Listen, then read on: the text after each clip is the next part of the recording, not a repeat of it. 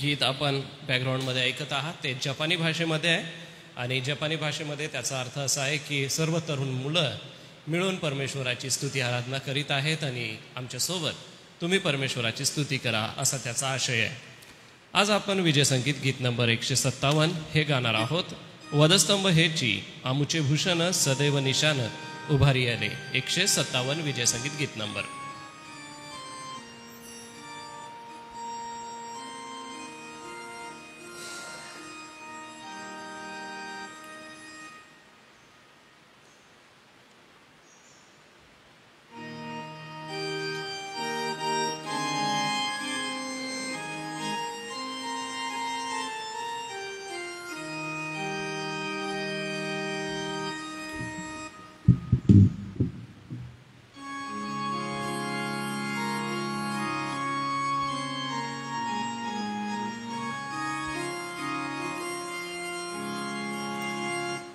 वधस्तंभ हेच आमुचे भूषण वधस्तंभ हेच आमुचे भूषण सदैव निशान उभारिले सदैव निशान वधस्तंभ हेच आमुचे भूषण जगाच्या कल्याणा तनुवानी जीव आमच्या कल्याण तनुवानी जीव वाहिला सदैव ख्रिस्तासाठी वाहिला सदैव ख्रिस्तासाठी वधस्तंभ हेच आमुचे भूषण अडल्या नडल्या देऊ अडल्या नडल्या देऊ आम्ही हात सोसुनियाला जगत्याच्या सोसुनियाला जगत्याच्या वधस्तंभ हेच आमुचे भूषण प्रीती भूमीवारी पेरा बीज प्रीती भूमीवारी पेरा बीस्त त्याचा प्रशस्त धर्म तरू त्याचा प्रशस्त धर्म तरू वधस्तंभ हेच आमुचे भूषण याहो याहो चाखा देव याहो याहो चाखा देवयाचे अमरपणाचे साधन हे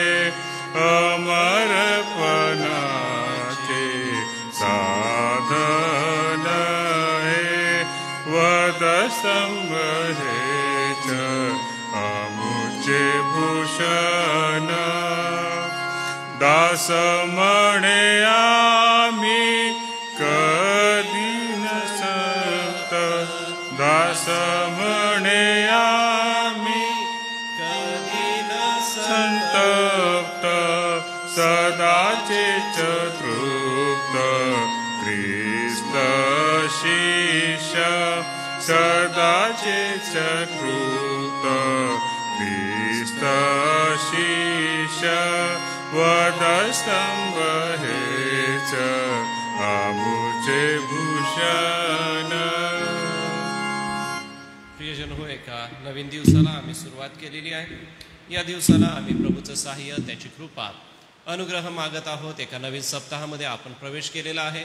प्रभुदेव बाप आम्हा सगळ्यांना त्याच्या कृपेने चालवो. आजचं पवित्र वचन आणि ते येणारं मनन यासाठी मी रेव्हरंड विश्वास पाडवी साहेब आपणाला पुन्हा एकवार विनंती करतो. कृपा करून आपण पुढे या. आजच्या सभेच्या आरंभीची प्रार्थना आपण करा, मग आपण मनन चिंतन करू.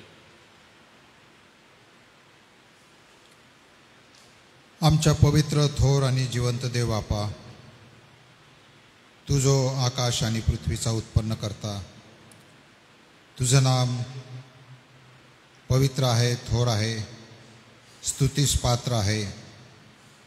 आणि सर्व पृथ्वीवर, वर आकाशात आणि खाली पृथ्वीवर एकच नाम स्तवनीय, वंदनीय आहे.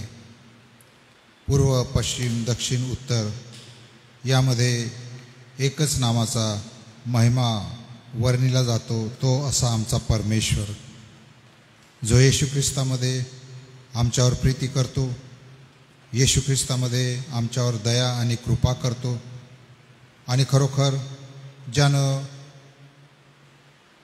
मानवाच्या पापासाठी वधस्तंभ उचलून नेला, ज्याने वाहिला, जो आमच्यासाठी मरण पावला, तो एकच एक ख्रिस्त. आणि त्या ख्रिस्ताचा वधस्तंभ हेच आमचं भूषण.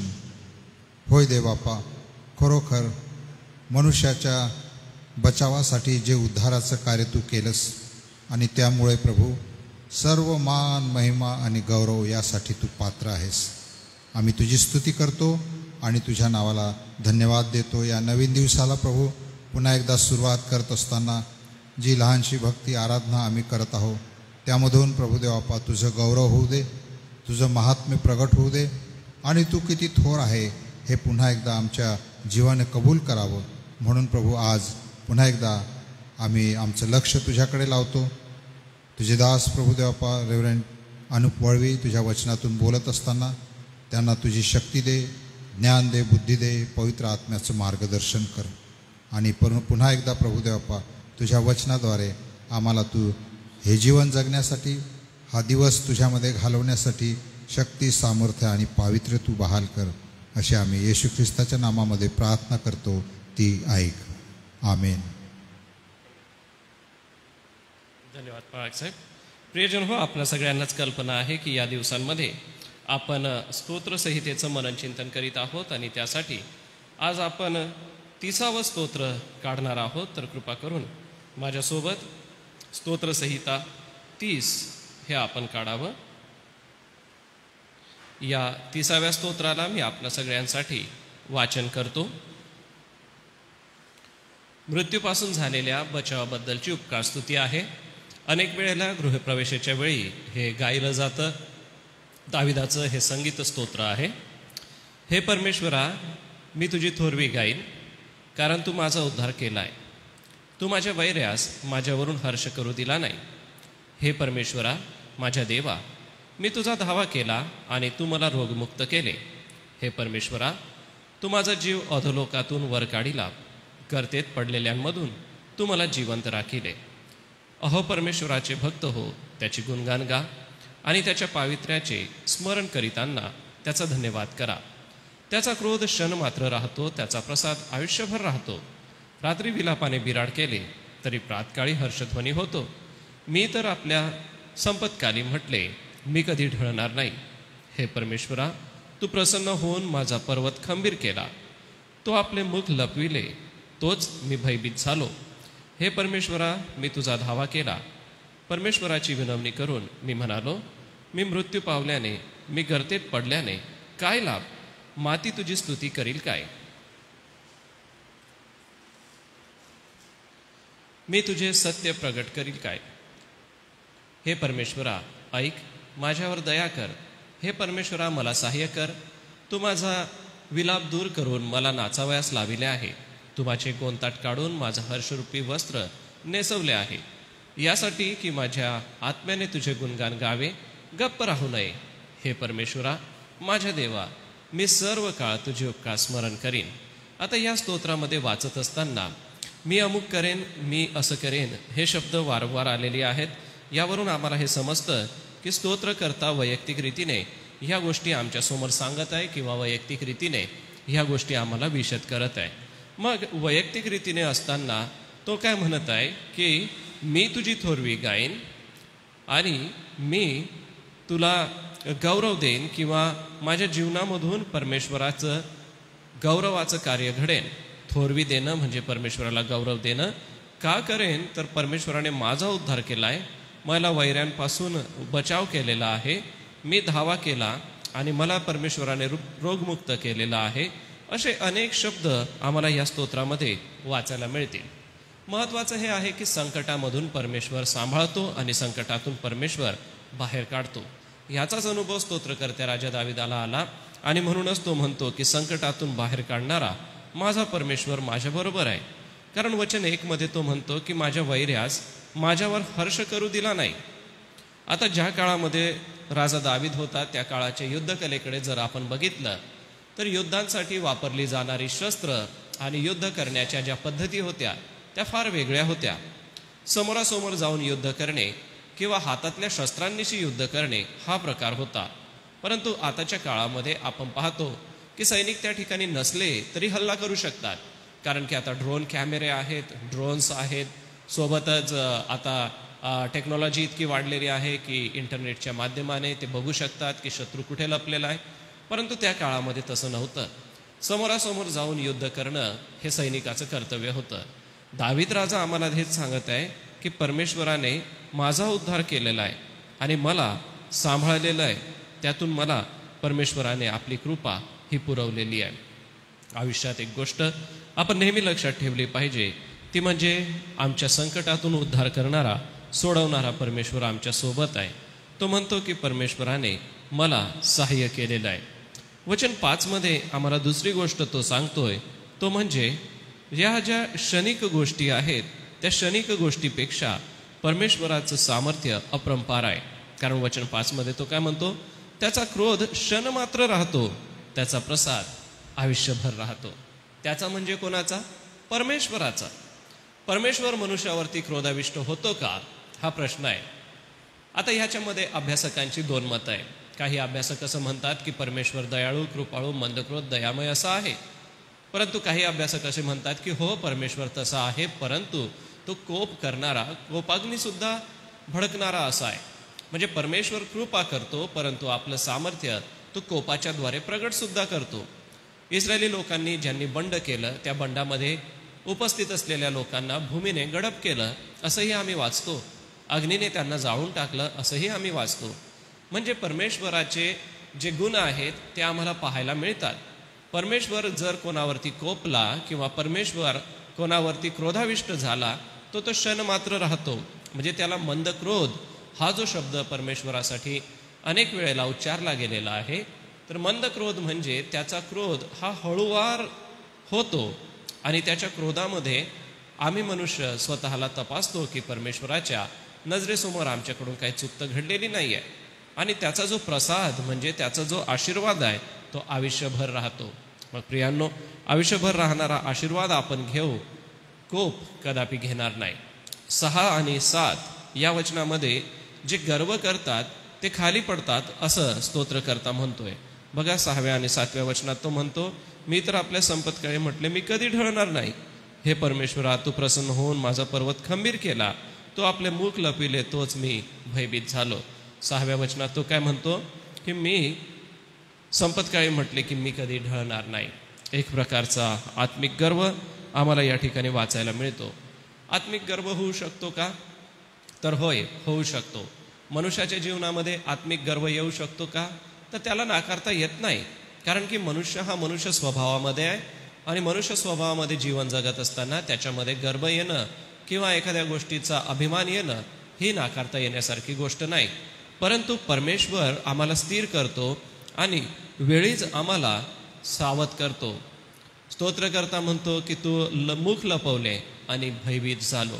ह्याचा अर्थ काय की परमेश्वरापासून जर आम्ही आपलं गर्वाने आपलं जीवन जगलो तर परमेश्वर आम्हाला पराडमुख होतो, आम्हाला शिक्षेला सामोरं जावं लागतं. मग स्तोत्रकर्ता आम्हाला याची जाणीव देत आहे की आम्ही कदापि अशा गर्वाला आपल्या अंतःकरणात येऊ देऊ नये. तो म्हणतो की मी कधी ढळणार नाही.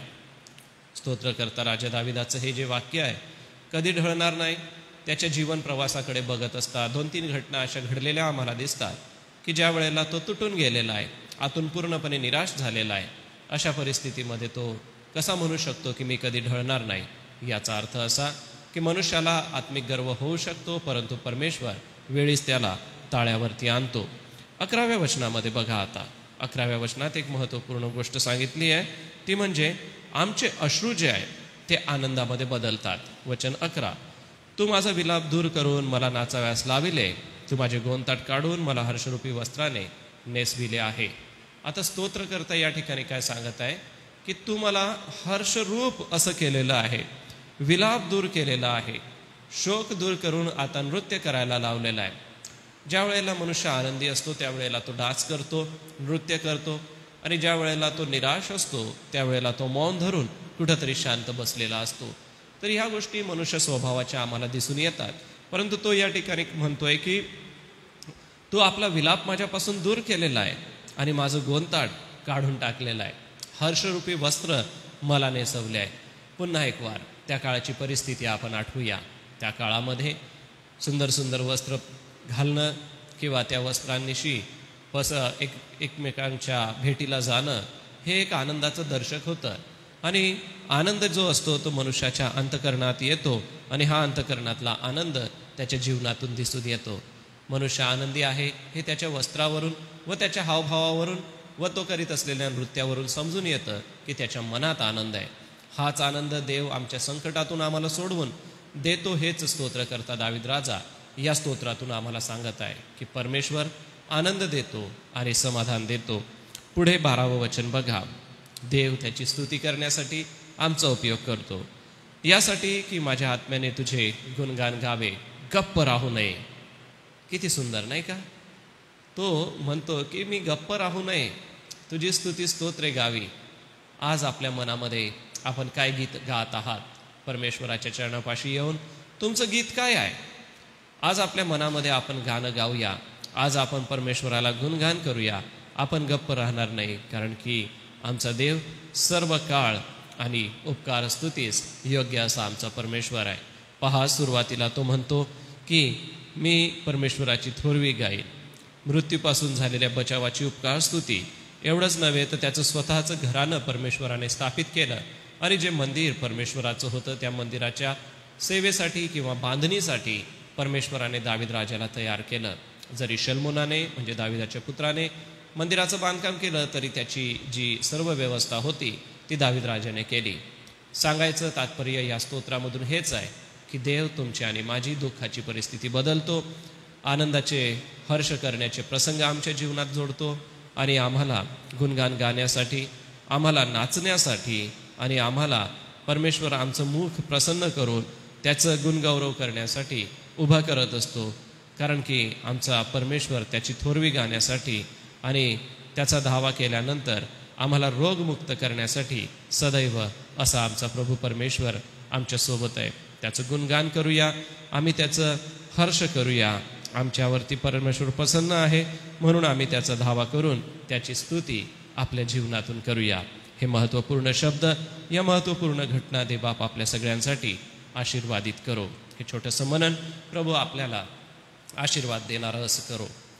या वेळेला आपल्या नित्य प्रार्थना विनंत्या आहेत, त्या नित्य प्रार्थना विनंत्या घेऊन आपण प्रार्थना करणार आहोत आणि प्रभूकडे आपण सहाय्य मागणार आहोत. यासोबतच धानोरा या ठिकाणी झालेला चर्चचा वर्धापन दिन अतिशय चांगल्या रीतीने पूर्ण झाला, त्यासाठी आपण उपकार स्तुती करूया. सोबतच अस्तगाव नगर या ठिकाणाचंही वर्धापन दिनाचा कार्यक्रम, आज ज्या काही भजन संगीताच्या कार्यक्रमाला मंडळी साजरा करणार आहे त्यासाठी आपण प्रार्थना करूया. आजारी प्रियांची आम्ही आठवण करत असताना आपण एलेक्स घाटगे म्हणजेच डोंगरे सिस्टरांचे भाऊ यांच्यासाठी प्रार्थना करूया. काल एक छोटंसं ऑपरेशन त्यांचं झालं, निम्स दवाखान्यामध्ये ते उपचार घेत आहे. देवबाप त्यांना आरोग्य देव. सोबतच श्री पी.डी. लवणे यांना देखील निम्स दवाखान्यामध्ये परवा ॲडमिट करण्यात आलं. आता ते बरे आहेत, अशक्तपणा जाणवत होता, त्यांना आरोग्य मिळत आहे. तर या दोन बंधूंसाठी आपण प्रार्थनेमध्ये आठवण करूया. ज्यांचे जन्मदिवस आहे त्यापैकी आज जोएल हिवाळे, अलका वळवी, सुलभा वळवी आणि श्रीमती शिरीन यंगड या प्रियजनांचे जन्मदिवस आहे. एस एच चर्च नंदुरबारच्या वतीने आपणाला आम्ही शुभेच्छा देतो. आज सकाळी प्रार्थनेत आठवण करूया. यासोबतच आजारी प्रियांची आठवण करीत असताना वडझाकण मंडळीचे सन्मान्य पाळक साहेब, त्यांची पत्नी यांना सकाळी छोटासा हृदयविकाराचा झटका आलेला आहे आणि माइल्ड अटॅक जरी असला तरी ते चरक हॉस्पिटल नंदुरबार या ठिकाणी उपचार घेत आहे. तर पाळकीनबाईंसाठी म्हणजेच वडझाकण मंडळीचे पाळक साहेब गोरजीदादांची पत्नी यांना माइल्ड अटॅक आलेला आहे. ते चरकमध्ये उपचार घेत आहे आणि त्यांच्या आरोग्यासाठी आपण प्रार्थना करूया.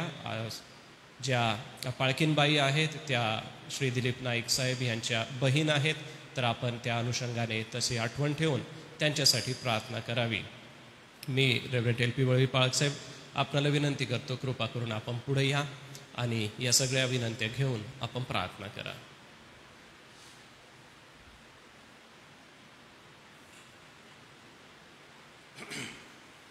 प्रार्थना करू आपण.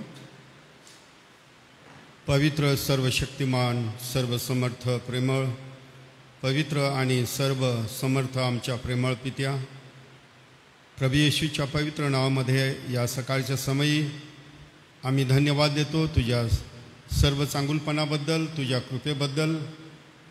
आमच्यावर केलेले तुझे उपकार याचं स्मरण करून आम्ही धन्यवाद देत प्रभू येशूच्या नावात तुझ्या पवित्र चरणापाशी येत असताना आज तुझ्या वचनाची संगती प्रभू आम्हा तुझ्या दासाबरोबर आणि जे ऑनलाईनमध्ये तुझं वचन ऐकलं त्या सर्वांबरोबर आज तुझ्या वचनाच्याद्वारे तू बोलला आहे.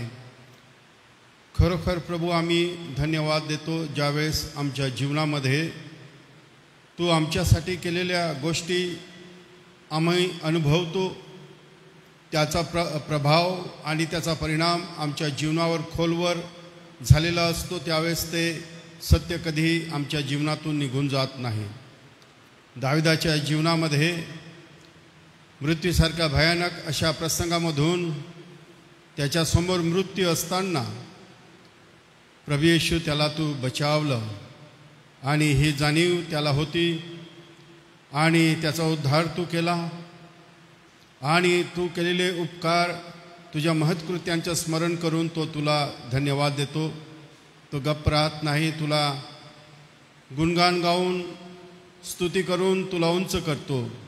हो प्रभू, खरोखर आम्ही धन्यवाद देतो आणि दाविदाप्रमाणे आम्ही हेच म्हणतो, हे माझ्या जीवा परमेश्वराचा धन्यवाद कर, त्याचे सर्व उपकार विसरू नको. स्वर्गाच्या आणि पृथ्वीच्या प्रभू, मी आज प्रार्थना करतो प्रभू, ज्या विनंत्या प्रभू तुझ्या दासाने प्रार्थनेसाठी समोर आणलेल्या आहे त्या सर्व विनंत्या प्रभू मी तुझ्यासमोर ठेवत असताना प्रार्थना करतो. जे आजारी प्रियजन आहे, ज्यांचं निम्समध्ये ऑपरेशन झालेलं आहे, गाडगे सिस्टर यांचे भाऊ आणि लवणे सर यांच्यासाठी प्रभू मी प्रार्थना करतो की तू आपली स्वर्गीय कृपा आणि दयादृष्टी त्यांच्यावर तू ठेव. तुझा दास गोरजेदादा, त्याच्या पत्नीला जो लहानसा प्रभू हृदयविकाराचा झटका आहे आणि जो उपचार होत आहे त्यामध्ये तू आपली दृष्टी ठेव, आपला पवित्र हात लांब कर आणि स्पर्श कर प्रभू. तू आपलं आरोग्य प्रभू त्या बहिणीला तू दे, अशी मी प्रार्थना विनंती करीत आहे. प्रभू येशू, मी प्रार्थना करतो जे आमच्या SM क्षेत्रामधल्या सर्व मंडळा, सेवा कार्य करणारे तुझे दास आणि सर्व व्यवस्था त्यांना तुझ्या पवित्र हातात या दिवसात सोपत आहे. सर्व काही तुझ्या इच्छेप्रमाणे होण्यासाठी आणि तुझ्या गौरवासाठी होण्यासाठी तुझ्या मार्गदर्शनाखाली पवित्र आत्म्याच्या प्रेरणेने सर्व गोष्टी घडाव्या सतत, ही माझी प्रार्थना आहे. प्रभू येशू, जे आमच्या आरोग्य डिपार्टमेंटमध्ये काम करणारे डॉक्टर नर्सेस आहेत त्यांना तू आपली कृपा दयादृष्टी त्यांच्यावर तू ठेव, अशी मी प्रार्थना विनंती करतो. प्रभू येशू, ज्यांचे वाढदिवस आहे त्या सर्वांसाठी जोएल हिवाळे, अलका वळवी, सुलभा वळवी, श्रीमती शिरीन यंगड यांचे वाढदिवस आहे. लागल्याने कृपा आणि तुझी दयादृष्टी येणाऱ्या वर्षामध्ये ते पुरीव आणि तू त्यांना चालीव अशी विनंती करतो. प्रभू, पुन्हा एकदा आम्ही या सर्व परिस्थितींचा आज आम्ही विचार करतो आणि तुझ्या सर्व विश्वासणाऱ्यासाठी प्रभू आमची हीच प्रार्थना आहे. जे येणारे समय आहे, येणारा जो प्रसंग आहे, तो तुझ्या विश्वासणाऱ्यासाठी, तुझ्या कळपासाठी कठीण आहे. आणि म्हणून प्रभू आम्हाला अशा प्रकारचं सामर्थ्याने समर्थ कर, अशा प्रकारच्या विश्वासामध्ये आम्हाला स्थिर कर की प्रभू आम्ही प्रत्येक परिस्थितीमध्ये तुझ्या इच्छेप्रमाणे चालण्यासाठी, जगण्यासाठी, उभं राहण्यासाठी कृपा पुरीव. पुन्हा एकदा तुझ्या पवित्र वचनाबद्दल धन्यवाद देतो आणि प्रार्थना येशूच्या नावात मागतो म्हणून तू आहे. आपण प्रभूने शिकवलेली प्रार्थना म्हणू आणि रेव्हरंड एल.पी. वळीपाळ साहेब आशीर्वाद देतील. हे आमच्या स्वर्गातील पित्या, तुझे नाव पवित्र मानिले जाऊ. तुझे राज्य हो, जसे स्वर्गात तसेच पृथ्वीवरही. तुझ्या इच्छेप्रमाणे आमची रोजची भाकर आज तू आम्हास दे, आणि जसे आम्ही आमच्या ऋणास ऋण सोडितो तसेच तू आमचे ऋणे आम्हास सोड, आणि आम्हास परीक्षेत आणू नकोस, तर आम्हास सर्व वाईटापासून सोड. कारण की राज्य, सामर्थ्य आणि गौरव ही सर्व काळ तुझीच आहे. आता आपल्या प्रभू येशू ख्रिस्ताची कृपा, देवबापाची महान प्रीती, पवित्र आत्मेची गोड सहभागिता इथे जमलेल्या तुझ्या सर्व प्रिय दासांबरोबर, ऑनलाईनमध्ये ज्यांनी तुझं वचन ऐकलं त्या सर्व प्रियजनाबरोबर, देवाची प्रिय मंडळी आणि देवाचे निवडलेले राष्ट्र इस्रायल्याबरोबर प्रभू येशू तू येईपर्यंत असो. आमेन. ख्रिस्त पवित्र शांती सत्प्रीती शोभा सौंदर्य माझी या जीवनी येशू पवित्र तू शुद्ध मज करी तुझे सौंदर्य दिसो या जीवनी. आमेन. उद्यासाठी सूचना आहे, उद्या सकाळी देखील 11 वाजता आपण ऑनलाईन सभा घेऊया. सर्वांना सलाम.